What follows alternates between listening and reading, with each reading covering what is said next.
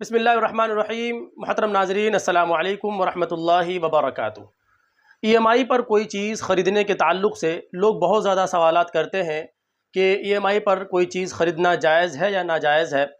اگر جائز ہے تو کیوں جائز ہے؟ کیونکہ اس میں ظاہری طور پر سود کا معاملہ نظر آتا ہے، کیونکہ کوئی چیز آپ نقد خرید رہے ہوتے ہیں تو وہ کم کی مل رہی ہوتی ہے، لیکن وہی چیز اگر آپ ادھار خرید رہے ہوتے ہیں تو وہ چیز زیادہ کی ملتی ہے، اس کی قیمت میں اضافہ ہو جاتا ہے۔ تو کیا یہ سود کی صورت نہیں ہے؟ بہت سارے لوگ سوالات کرتے ہیں اور بہت سارے لوگ پش و پیش میں رہتے ہیں اور وہ شک و شبے میں رہتے ہیں۔ لہذا اس ویڈیو میں ہم اسی سوال کا جواب دیں گے اور اس کی صورتیں اور اس کے کیا شرائط ہیں وہ بیان کرنے کی کوشش کریں گے۔ ای ایم آئی پر جب کوئی چیز ہم خریدتے ہیں، یعنی قسطوں پر جب ہم کوئی چیز خریدتے ہیں تو اس کی دو صورتیں بنتی ہیں، یعنی اس کی دو صورتیں ہیں۔ پہلی صورت تو یہ ہے کہ آپ جب کوئی چیز خریدنے جاتے ہیں تو اس میں ایک تو آپ ہوتے ہیں یعنی بائر، اور ایک سامنے والا ہوتا ہے سیلر۔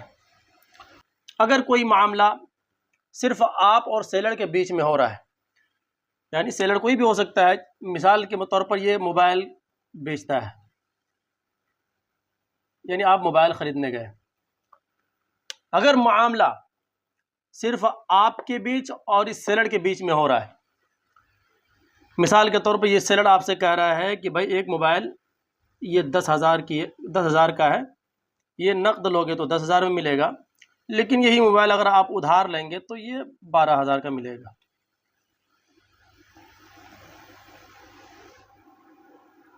تو کیا یہ معاملہ کرنا درست ہے، جائز ہے؟ یہ سوال بنتا ہے، یہی سوال آپ کا ہے، کیونکہ یہ موبائل اگر ہم آج لے رہے ہیں، نقد لے رہے ہیں تو 10,000 کا مل رہا ہے، لیکن اگر یہی ہم ادھار لے رہے ہیں تو 12,000 کا مل رہا ہے، یعنی 2,000 روپے ہمیں اضافی دینا پڑ رہا ہے۔ تو کیا یہ سود نہیں ہے؟ یہ سوال ہوتا ہے۔ تو اس کا جواب یہ ہے کہ یہ سود نہیں ہے، اس طرح کا معاملہ کرنا شریعت میں جائز ہے، اور ادھار کی قیمت لینا شریعت میں جائز ہے۔ اس طرح کے قسطوں پر چیز خریدنے کو بیع بالتقسیط کہتے ہیں، یعنی بیع بالتقسیط یعنی قسطوں پر کوئی چیز خریدنا، یہ بیع جائز ہے، یہ خرید و فروخت جائز ہے، کچھ شرائط کے ساتھ۔ ان شرائط کو ہم آپ کے سامنے لکھتے ہیں۔ پہلی شرط یہ ہے کہ ریٹ فکس ہو، یعنی قیمت طے ہو کہ آپ ادھار جو لیں گے یہ موبائل آپ کو کتنے میں پڑے گا، یہ ٹوٹل قیمت طے ہو، یعنی یہ موبائل آپ کو 12,000 کا پڑے گا، یہ ریٹ طے ہو گیا۔ دوسری شرط یہ ہے کہ منتھ جو ہے وہ طے ہو، منتھ فکس ہو کہ آپ کتنے مہینے میں آپ اس کو پے کریں گے، 12 مہینے میں پے کریں گے، 24 مہینے میں پے کریں گے، 6 مہینے میں پے کریں گے، یہ بھی فکس ہو، اور یہ تو رہتا ہی ہے۔ تیسری شرط یہ ہے کہ ڈیٹ فکس ہو، یعنی ہر منتھ کی کس تاریخ کو آپ پے کریں گے، کس تاریخ سے کس تاریخ تک، 1 سے 5 تک کریں گے یا 5 سے 10 تک کریں گے، یہ بھی فکس ہو۔ اور چوتھی شرط جو ہے وہ یہ ہے کہ ایکسٹرا آپ سے کوئی چارج نہ لیا جائے، یعنی اگر آپ ادا کرنے میں تاخیر کرتے ہیں، آپ یہ انسٹالمنٹ یعنی قسط ادا کرنے میں تاخیر کرتے ہیں تو آپ سے کوئی جرمانہ نہ لیا جائے، یہ شرط بھی ہونی چاہیے، چوتھی شرط ہے۔ اب ذرا غور کریں، چوتھی شرط اتنی سخت ہے کہ اگر اس کو دیکھا جائے تو کوئی بھی معاملہ جائز ہی نہیں ہوگا، کیونکہ ہر کمپنی، ہر بیچنے والا یہ شرط لگاتا ہے کہ بھئی اگر آپ ٹائم پہ پے نہیں کریں گے تو آپ کو جرمانہ تو دینا پڑے گا، اور وہی سود ہے جو آپ جرمانہ ادا کریں گے لیٹ ہونے کی وجہ سے، وہی سود ہے اور وہ آپ کو سود دینے کا گناہ ملے گا۔ اب چونکہ ضروری نہیں ہے کہ جو سیلر ہو وہ اسلام کا ماننے والا ہو، کیونکہ سود تو اسلام میں حرام ہے نا۔ اگر آپ کسی مسلمان سے معاملہ کر رہے ہیں تو یہ تو اس پر تو عمل ہو سکتا ہے، سامنے والا سیلر ایکسیپٹ کر سکتا ہے، ہاں بھائی کیونکہ سود لینا اور دینا دونوں حرام ہے، چلو ہم ایکسٹرا پیمنٹ چارج آپ سے نہیں لیں گے، یہ تو ایک مسلمان کہہ سکتا ہے، لیکن سامنے والا غیر مسلم بھی ہو سکتا ہے، دوسرے مذہب کا ماننے والا ہو سکتا ہے، تو اس کے یہاں تو سود حرام نہیں ہے، تو پھر معاملہ کیسے ہوگا؟ وہ تو یہ شرط لگاتا ہے اور ہر کمپنی لگاتی ہے۔ تو چوتھی شرط جو یہاں پہ ایکسٹرا چارج نہیں لگے گا، نو ایکسٹرا چارج، آپ وہاں پہ کر لیں کہ آپ کو آن ٹائم پیمنٹ کا یقین ہو. چوتھی شرط یہ ہو جائے گی کہ آن ٹائم آپ کو پیمنٹ کا یقین ہو. آن ٹائم پیمنٹ کا یقین، یعنی آپ کے پاس کوئی سورس آف انکم ہو، ہر مہینہ آپ کے پاس اتنی آمدنی ہوتی ہو، اتنی آمدنی آتی ہو، اتنا انکم ہوتا ہو جس سے آپ ای ایم آئی کا پیمنٹ ہر مہینے ٹائم پہ کر سکیں. اس بات کا آپ کو یقین ہو، چوتھی شرط ہے.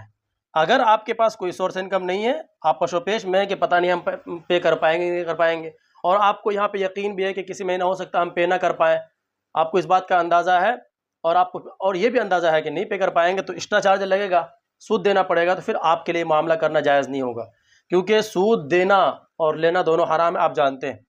تو یہ 4 شرائط اگر پائے جائیں، ریٹ فکس ہو جیسا کہ ہوتا ہے، منتھ فکس ہو جیسا کہ ہوتا ہے، ڈیٹ فکس ہو جیسا کہ ہوتا ہے بھائی 5 سے 10 کرنا ہے یا 1 سے 5 کرنا ہے، یہ فکس ہو، اور یہ شرط ہو، چوتھی شرط، کہ نو ایکسٹرا چارج، یعنی آن ٹائم پیمنٹ کا آپ کو یقین ہو، تو پھر یہ معاملہ کرنا یعنی قسط پہ کوئی چیز خریدنا آپ کے لیے جائز ہوگا.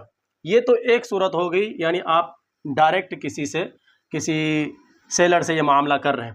لیکن عام طور پہ ہوتا یہ ہے کہ جو دوسری صورت ہے، یہ تو پہلی صورت ہو گئی، دوسری صورت یہ ہے کہ ایک آپ ہوتے ہیں بائر اور ایک ہوتا ہے سیلر، بیچ میں ایک کوئی فائننس کمپنی یا بینک ہوتا ہے عام طور پر، اور اکثر ایسا ہی ہوتا ہے.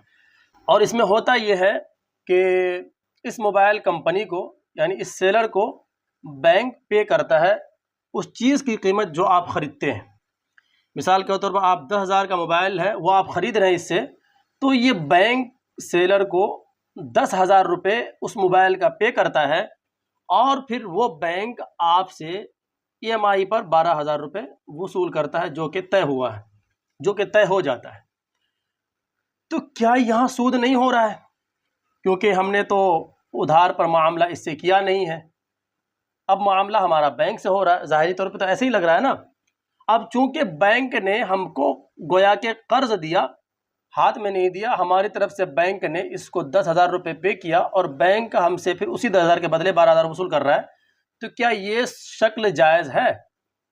کیونکہ یہاں پہ تو ڈائریکٹ سود کا معاملہ لگ رہا ہے. تو اس سلسلے میں بعض علماء کی یہ رائے ہے کہ یہ معاملہ جائز نہیں ہوگا، کیونکہ یہاں پر گویا کہ ہم بینک سے 10,000 روپے لون لے کر کے اس کو ہم 12,000 روپے قسطوں میں پے کر رہے ہیں، جو معاملہ شرعاً درست نہیں ہے، کہ پیسے کا معاملہ پیسے کے ساتھ جو ہے کم و بیش کے ساتھ نہیں کر سکتے ہیں، تو اس طرح کا معاملہ جائز نہیں ہوگا. یہ بعض علماء کی رائے ہے. لیکن موجودہ دور کے فقہاء کرام نے، علماء کرام نے اس کو بھی جائز قرار دیا ہے، اور اس کے بھی راستے نکالے ہیں، اور اس کے بھی جواز کے فتوے دیے ہیں، اور حیلہ یہ بیان کیا ہے، اس کا جواز یہ بیان کیا ہے. ہم کیوں فرض کر لیں کہ ہم نے بینک سے لون لیا ہے؟ ہم یہ فرض کریں گے کہ جو موبائل ہم اس سیلر سے 10,000 کا خریدنے والے تھے، ہمارے خریدنے کی اطلاع بینک کو ملی، تو بینک نے ہم سے پہلے یہ موبائل اس سیلر سے 10,000 کا خرید لیا، اور پھر بینک ہم کو یہی موبائل ای ایم آئی پر 12,000 کا بیچ رہا ہے. گویا کہ پہلے ہم سیلر سے خرید رہے تھے، لیکن اب ہم وہی موبائل بینک سے خرید رہے ہیں ای ایم آئی پر. تو اگر یہ تعویل کر لیا جائے، یہ حیلہ نکال لیا جائے، تو پھر یہ بیع بھی جائز ہوتا ہے. آپ سمجھ گئے؟ یعنی پہلے یہ سمجھا جا رہا تھا کہ گویا کہ ہم نے بینک سے 10,000 لون لیا، اور وہ 10,000 لون لے کر کے سیلر کو پے کر دیا. لیکن ایسا نہیں ہے، کیونکہ ہم نے بینک سے لون لیا نہیں. ہر مسلمان جانتا ہے کہ لون لینا حرام ہے، جائز نہیں ہے.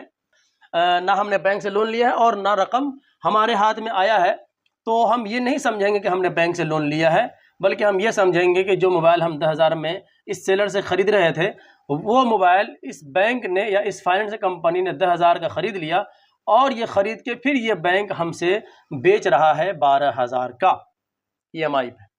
تو پہلے معاملہ ڈائریکٹ ہمارا سیلر سے ہو رہا تھا، لیکن اب یہ معاملہ ہمارا ڈائریکٹ بینک سے ہو رہا ہے، تو یہ شکل بھی جائز ہوگی. لیکن اس کے لیے بھی وہی ساری شرائط ہیں جو شرائط میں نے ادھر لکھی ہیں. میں دوبارہ لکھتا ہوں تاکہ آپ کو یاد ہو جائے کہ ریٹ فکس ہو، اور دوسری شرط یہ ہے کہ ڈیٹ فکس ہو، یعنی کس تاریخ کو پے کرنا ہے، اور تیسری شرط یہ ہے کہ منتھ فکس ہو، کتنے مہینے میں پے کرنا ہے۔ چوتھی شرط یہ ہے کہ نو ایکسٹرا چارج، یعنی کیونکہ اگر معاملہ آپ کے ہے آن ٹائم پیمنٹ کا آپ کو یقین ہو، کہ اگر ایسا نہیں ہے تو پھر معاملہ درست نہیں ہوگا۔ یہ اس کا مسئلہ ہے۔ امید ہے کہ یہ مسئلہ آپ کو پورا سمجھ میں آ گیا ہوگا۔ اگر کوئی سوال اس سے متعلق آپ کے پاس ہے تو آپ پوچھ سکتے ہیں کمنٹ میں، انشاءاللہ ہم آپ کا جواب دینے کی کوشش کریں گے۔ لیکن اگر سوال کوئی تفصیل طلب ہوا تو اگلی ویڈیو میں انشاءاللہ ہم اس کا جواب دینے کی کوشش کریں گے۔ اگر ویڈیو آپ کو اچھی لگی ہے تو ویڈیو کو لائک کیجئے، شیئر کیجئے اور دوسروں تک، اپنے جاننے والوں تک شیئر کیجئے۔ السلام علیکم ورحمۃ اللہ وبرکاتہ۔